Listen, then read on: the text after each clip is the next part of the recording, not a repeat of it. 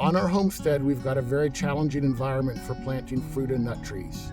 We've got deep, heavy clay and a fairly high water table, not to mention that in a lot of places we've got bedrock down just a foot or two. So we've got a lot of challenges. We've tried several different methods for planting trees over the years. We first tried just digging a hole and putting some commercial potting mix in there. We did not have very good results with that.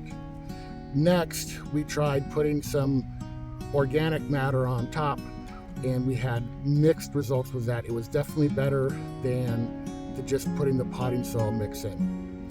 Finally, we've started to do what you can see here. We've started to mound up and put a whole bunch of living compost on top so we get the roots up a little bit higher. We believe this method is best because it helps with our high water table in the winter. It also ensures we have the biological activity necessary for proper nutrient uptake and growth. First, we'll cover the basics. You're going to want to dig a deep, wide hole that's several times bigger than the size of whatever tree you're planning on putting in. Especially when dealing with heavy clay, you want to do this to break up the soil some so that it can get a little bit of an easier head start. Next, you want to roll and gently press on the sides of the pot so that you can get the tree out without damaging it. You're going to want to check to see if the tree is all root bound before you put it in. If it is, you're going to want to break it up some so that the roots can go down and don't just keep going around in a circle. Next, instead of using commercial potting mix, we like to make sure that there's plenty of good biological activity going on in the hole. To do that, we usually add some mycorrhizal fungi mix like Mycos. To be honest, with our compost, there's probably enough mycorrhizal fungi in there, but we already have some of the Mycos and I figure it can't hurt.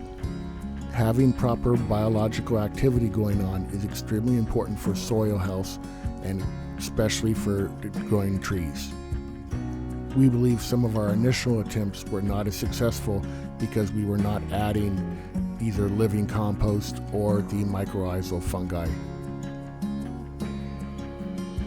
After that, you're going to want to gently pack in the hole with your soil.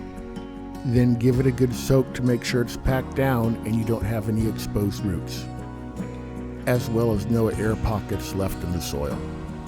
Next, what we like to do is add some clover seed to the top of the compost. This will help fix nitrogen as well as outcompete the grass pressure.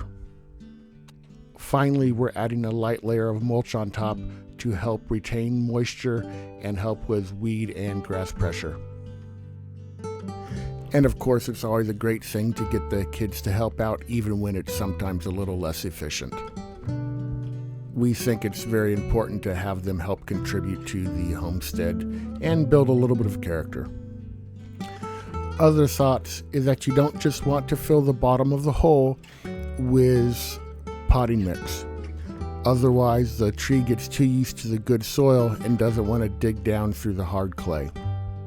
What that means is we mound up the living compost, but down in the hole, it's a mixture of clay and compost. Now we're putting the top of the tree 6 inches to a foot above the ground, depending on the size of the tree.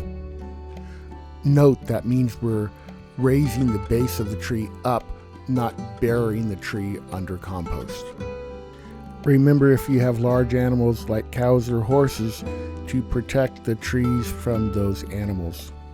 In particular, we found cows have very long tongues and can reach a lot farther than you think and can decimate your new trees.